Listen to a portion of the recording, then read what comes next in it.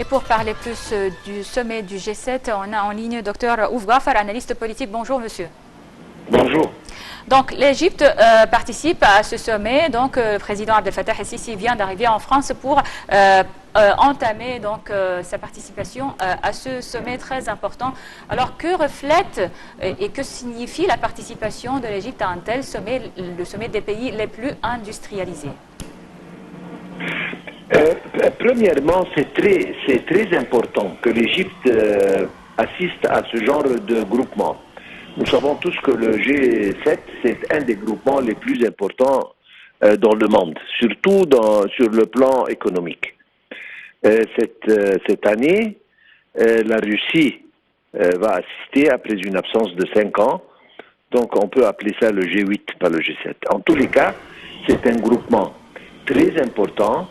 L'Égypte représente non seulement son propre pays, mais étant donné qu'elle est sur la tête de l'Union africaine pour cette année, le président Abdel Fattah va parler non seulement des pays qui confrontent l'Égypte, mais encore des problèmes de l'Afrique, problèmes de développement, etc. Donc c'est excessivement important, ces 2 jours en France, à Biarritz, de discuter avec les locomotives de l'économie mondiale, tous les problèmes, pas les problèmes, je vais dire les défis de l'Afrique en même temps. Dr Raouf, également, si on parle des sujets qui seront à la une de cette conférence de J7, on parle de l'émigration clandestine, certainement de part et d'autre de l'Asie et de l'Afrique vers l'Europe. Comment voyez-vous cette situation et, je dirais, les conséquences de cette immigration clandestine sur la scène mondiale? Bon, premièrement, je vais parler relation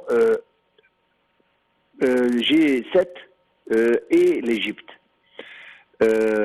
Nous comptons sur surtout technologie, etc., qui est disponible dans les pays développés, oui, pour personnellement développer l'Égypte et promouvoir tous les domaines égyptiens. Ça, c'est d'une partie. D'autre part, je parle des relations franco-égyptiennes, parce que nous avons des relations très spéciales avec la France qui datent des siècles, mais en principe, ces dernières années, il faut noter que c'est la 4e visite de notre président à la France dans juste les 4-5 dernières années, ce qui donne une importance extrême que l'Égypte donne pour la France particulièrement. Nous sommes des partenaires importants. Nous savons qu'il y a une coopération dans presque tous les domaines, particulièrement le domaine militaire.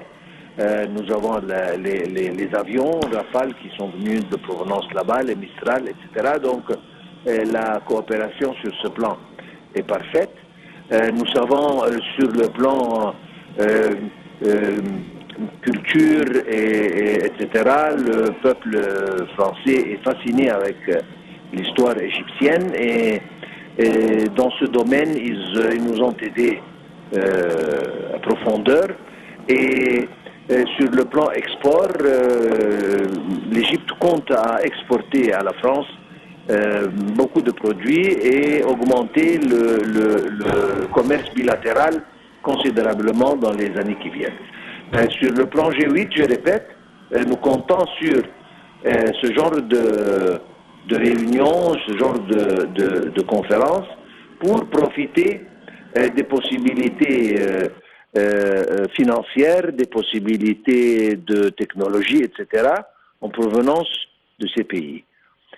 Sur le plan Afrique, il y a tellement de défis. Le G8 est intéressé, à savoir les efforts qu'a exercé l'Égypte sur le plan développement durable pour l'Afrique, sur le plan immigration clandestine, Et je pense que, à mon opinion, cette visite, bien que courte, mais elle aura des impacts assez importants sur l'économie égyptienne d'un côté et sur le développement de l'Afrique de l'autre. On l'espère bien sûr. Alors, Dr Raouf Ghaffar, analyste politique, merci beaucoup pour tous ces éclaircissements. Et on continue donc avec le quotidien Al-Ahram qui écrit le chef du gouvernement, Mostafa Madbouli, passe en revue les préparatifs de la tenue en Égypte de la conférence Afrique 2019, prévue les 22 et 23 novembre dans la capitale administrative sous les auspices du président Abdel Fattah el-Sisi. Madbouli